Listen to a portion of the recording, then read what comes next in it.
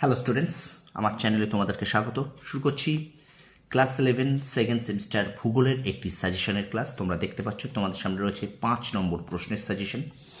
তোমরা জানো তোমাদের ভূগোল সেকেন্ড সেমিস্টার 35 নম্বরের মধ্যে 5 নাম্বার পড়ে, 3টে পড়ে পার্ট এ এতে 3টে পড়ে একটা লিখতে হয়। কি বললাম? 3টে পড়ে একটা লিখতে হয় এবং সেটা প্রাকৃতিক ভূগোলের ভিত্তিসমূহ। এই যে ফার্স্ট পার্টটা আছে সেই পার্টটা থেকে পড়ে, ঠিক আছে? তোমাদের 3টে অংশ আছে, সেখান থেকে এই ফার্স্ট যে পার্টটা আছে প্রাকৃতিক ভূগোলের ভিত্তিসমূহ, এখান থেকে। তো এই প্রাকৃতিক ভূগোলের ভিত্তিসমূহে কী কী চ্যাপ্টার আমাদের পড়তে হবে তোমরা পড়বে। প্রথমটা হলো সমস্থিতির ধারণা, 2 নম্বর ভূমিরূপ গঠনকারী প্রক্রিয়া। এর আবার ভাগ আছে ভাঁজ, চ্যুতি, অন্তর্জাত প্রক্রিয়া আর বহির্জাত প্রক্রিয়া সমূহ, ঠিক আছে? ভালো করে বুঝবে যে ভূমিরূপ গঠনকারী প্রক্রিয়া এর আবার দুটো পার্ট, একটা অন্তর্জাতীয় প্রক্রিয়ার মধ্যে পড়ছে ভাঁজ এবং চ্যুতি, আর বহির্জাত প্রক্রিয়া সমূহ। আচ্ছা, 3 নম্বর আছে আবহাওয়া জলবায়ু। এর মধ্যে যে পার্টটা আছে জলবায়ুগত উপাদান, এখানে অসু হবে, জলবায়ুগত উপাদান আর বায়ুমণ্ডলীয় অসঞ্চালন। আর 4 নম্বর যে চ্যাপ্টারটা আছে বায়ুমণ্ডল, ঠিক আছে? তো এই প্রাকৃতিক ভূগোলের ভিত্তিসমূহ এখান থেকে তোমাদের 5টা 3 নম্বরের প্রশ্ন পড়বে।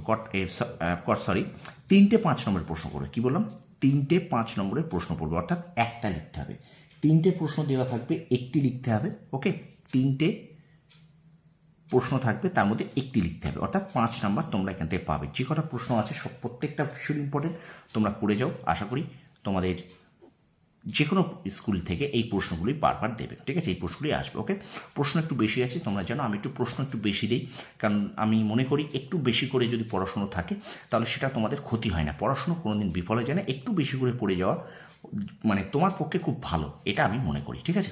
তো চলো শুরু করি ক্লাস 11 সেকেন্ড সেমিস্টার 5 নম্বরের প্রশ্নের সাজেশন দেখি। 5 নম্বরে 3টি প্রশ্ন থাকবে, এখানে লিখে দিয়েছি আমি। 5 নম্বরে 3টি প্রশ্ন থাকবে, লিখতে হবে একটি 5x1, ঠিক আছে? তো চলো প্রশ্নগুলো দেখে নিই। দেখো, প্রথম প্রশ্ন বলছি জর্জ এইরি প্রবর্তিত সমস্থিতি তত্ত্ব ব্যাখ্যা করো। 2 নম্বর প্রশ্ন সমস্থিতি সম্পর্কে জন হেনরি প্র্যাটের তত্ত্বটি চিত্রসহ ব্যাখ্যা করো। 3 নম্বর ভাঁজ সৃষ্টির কারণগুলি লেখো। 4 নম্বর প্রশ্ন আছে শিলাস্তরে ভাঁজ সৃষ্টির প্রক্রিয়া ব্যাখ্যা করো অথবা ভাঁজ সৃষ্টির পদ্ধতিগুলো লেখো, ঠিক আছে? আচ্ছা, এবার চলো আমরা চলে যাই 5 নম্বর প্রশ্ন। অনেকগুলি প্রশ্ন আছে, প্রায় 21-22টার মতো প্রশ্ন আছে। আচ্ছা, 5 নম্বর বলছে ভাঁজ ভূমিরূপের উপর গঠিত বিভিন্ন প্রকার জলনির্গম প্রণালীর উদাহরণসহ ব্যাখ্যা করো। 6 নম্বর প্রশ্ন শিলাস্তরে চ্যুতি কিভাবে সৃষ্টি হয় অথবা চ্যুতি সৃষ্টির প্রক্রিয়াগুলি বা পদ্ধতিগুলি আলোচনা করো। 7 নম্বর দেখো চ্যুতির গাঠনিক উপাদানগুলি চিত্রসহ আলোচনা করো। 8 নম্বর প্রশ্ন উষ্ণতার পার্থক্য অনুযায়ী বিভিন্ন প্রকার যান্ত্রিক আবহবিকারের বর্ণনা দাও। আচ্ছা, 9 নম্বর মৃত্তিকা সৃষ্টির মৌলিক প্রক্রিয়াগুলি কী কী।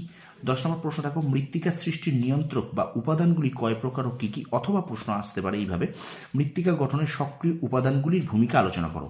এবার দেখো এই প্রশ্নটা, এই দুটো প্রশ্ন আরও 3টে টাইপের আসতে পারে, সেগুলো আমি তোমাদের লিখে দিচ্ছি। অথবা মৃত্তিকা সৃষ্টিতে জলবায়ুর প্রভাব বর্ণনা করো, অথবা মৃত্তিকা সৃষ্টিতে বৃষ্টিপাতের প্রভাব বর্ণনা করো, অথবা মৃত্তিকা সৃষ্টিতে জীবজগতের প্রভাব বর্ণনা করো। তাহলে দেখো একটা প্রশ্ন থেকে তুমি কিন্তু অনেকগুলো প্রশ্ন করতে পারছো, ঠিক আছে?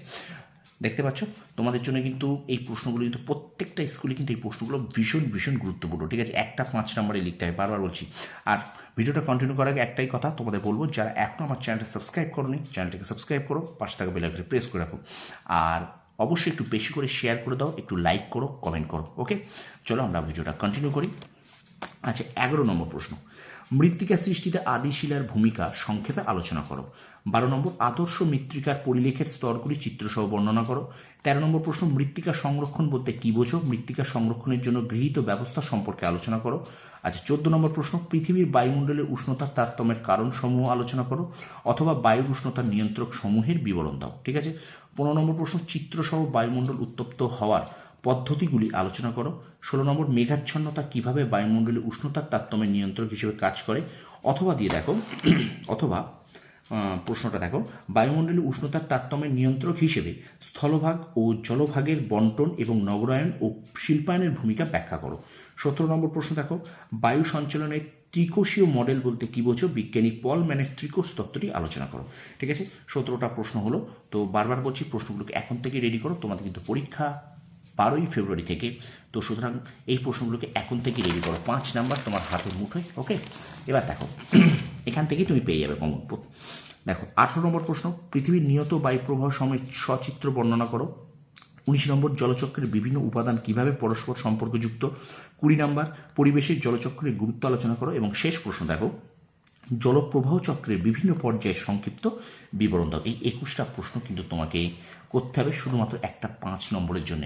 তুমি বলবে স্যার এইগুলো তো অনেক প্রশ্ন, কিন্তু কিছু করার নেই। দেখো তুমি যে টিউশন মাস্টারের কাছে পড়ো না, তিনিও কিন্তু তোমাকে মানে 5টা 6টা বা 10টা এইভাবে দিতে পারবেন না, কারণ এখন কিন্তু তোমাকে একটু বেশি করে পড়ে যেতে হবে। এটা সেমিস্টার সিস্টেম। এখন থেকে তুমি যদি ভালো করে না পড়ো, তুমি কিন্তু class 12-এর 3rd semester 4th semester গিয়ে কিন্তু তোমার রেজাল্ট ভালো হবে না। দেখো 11-এর নাম্বার অনেকেই বলে যে 11-এর নাম্বার কোনো কাজে লাগে না, কোনো কিছু নাম্বার মার্কশিট অনেক স্কুলে ফার্স্ট সেমিস্টার অনেকেই শুধু পাস ফেল বলে লিখে দিয়েছে, পাস লিখে দিয়েছে। নাম্বারগুলো যদি স্টুডেন্ট চায় তবে ইন্ডিভিজুয়ালি জানাতে চায়, হয়তো সেকেন্ড সেমিস্টারে তোমাদের রেজাল্টটা দিয়ে দেবে, ফার্স্ট এবং সেকেন্ড সেমিস্টার মিলে সেখানে তোমাদের নাম্বারটা পাবে। তবু বলবো এই প্রশ্নগুলোকে এখন তো রেডি করো, কারণ পড়াশোনার একটা কিন্তু রিদম ছন্দ রাখতে হয়, আর পড়াশোনা কিন্তু একটা সাধনার বিষয়, এটা কিন্তু সাধনার জিনিস, ঠিক আছে? সুতরাং একটা পড়াশোনা না তোমাকে আগামী দিনে ভবিষ্যতের জন্য তুমি যদি এখন থেকে তুমি এই মানসিকতা হয় ফাঁকিবাজি বা শর্টকাটে আমি পড়বো, এই শর্টকাট পন্থায় আমি কিন্তু বিশ্বাস করি না। অনেকেই বলে যে তোমাদের চালাকি সাজেশন, অনেকেই অনেক জায়গায় দেখি শর্টকাটে রেজাল্ট ভালো হবে, কিন্তু আমি এই তত্ত্বে বিশ্বাস করি না, কারণ শর্টকাটে সাকসেস আসে না। আমি বারবার বলছি, আমার সেট আপটা ভালো না, আমার সেট আপ এই সাধারণটা সেট আপ, কিন্তু আমি তবু তোমাদের সামনে চেষ্টা করি একদম 100%। সবাই চেষ্টা করে, আমিও 100% দেওয়ার চেষ্টা, কিন্তু অনেকের সেট আপ ভালো, তোমাদের মনে হয় যে এই চ্যানেলটা হতে ভালো হতে পারে, তো তবু বলবো আমার ওপর একটু বিশ্বাস রাখো, আর তোমরা একটু আমাকে সাপোর্ট করো। সাপোর্ট করলে কিন্তু আমি তোমাদের জন্য মোটিভেশনে আরও ভালো ভালো ক্লাস দেবো, ঠিক আছে? তোমরা নিশ্চয়ই দেখেছো যারা সেকেন্ড সেমিস্টার পড়ছো, আমি কিন্তু ক্লাস 11-এর তোমাদের ফার্স্ট সেমিস্টার অনবরত এমসিকিউ ক্লাস করিয়ে গিয়েছি, ঠিক আছে, রায়মার্টিন থেকে। তো অবশ্যই তোমরা একটু সাপোর্ট করো আমার চ্যানেলটাকে, দেখবে আমি তোমাদেরকে আরও ভালো ভালো তোমাদের জন্য পরিকল্পনা আগামী দিনে আছে, ঠিক আছে? তো ভিডিওটা ভালো লাগলে লাইক করো, কমেন্ট করো, শেয়ার করো, একটু লাইক করে দাও, একটু কমেন্ট করে দাও, আর তোমার বন্ধুদের মাঝে একটু বেশি করে শেয়ার করে দাও। হোয়াটসঅ্যাপ, ফেসবুক, ইনস্টাগ্রাম, যেখানে যেখানে তোমার সোশ্যাল মিডিয়া আছে এগুলোকে একটু শেয়ার করে দাও, যাতে তোমার বন্ধুরাও যাতে উপকৃত হয়। ওকে, তো ভিডিওটা এখানে শেষ করছি। আর আমার চ্যানেল নতুন হলে অবশ্যই চ্যানেলটা সাবস্ক্রাইব করবে, পাশে থাকা বেল আইকনটি প্রেস করে রাখবে। তোমরা সফল হও, তোমাদের সাফল্য কামনা করি। ধন্যবাদ।